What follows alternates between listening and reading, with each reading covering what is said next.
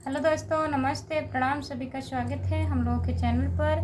तो आप लोगों के बीच में एक कजरी गीत सुनाने चल रही हूँ। आप लोग लास्ट वीडियो तक बने रहिएगा दोस्तों।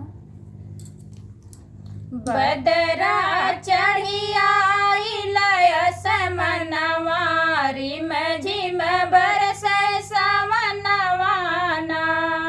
बदरा चढ़ी आइल समनवा, रिम झिम बरसै सावनवा ना। पिया बिन सुन भइल मोर मनवा, रिम झिम बरसै सावनवा ना। पिया बिन सुन भइल मोर मनवा, रिम झिम बरसै सावनवा ना।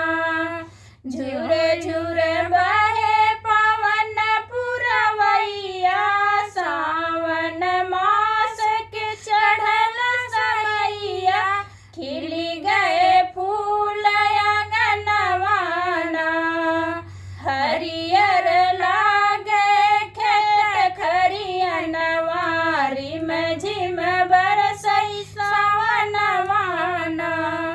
बदरा चढ़ी आइल समनवा, रिम झिम बरसै सावनवा ना।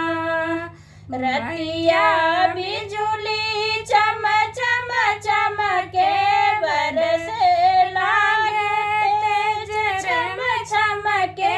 भूति भूति जाए दियनवा ना, गम के घरवा और अंगनवा।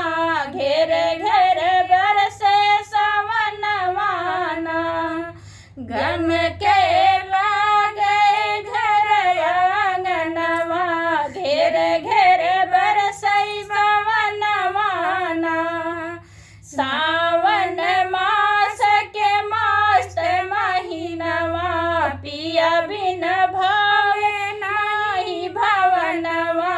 रतिया देखै सपनवा ना, बदरा चढ़ी आइल समनवा, झिम झिम बरसै सावनवा ना।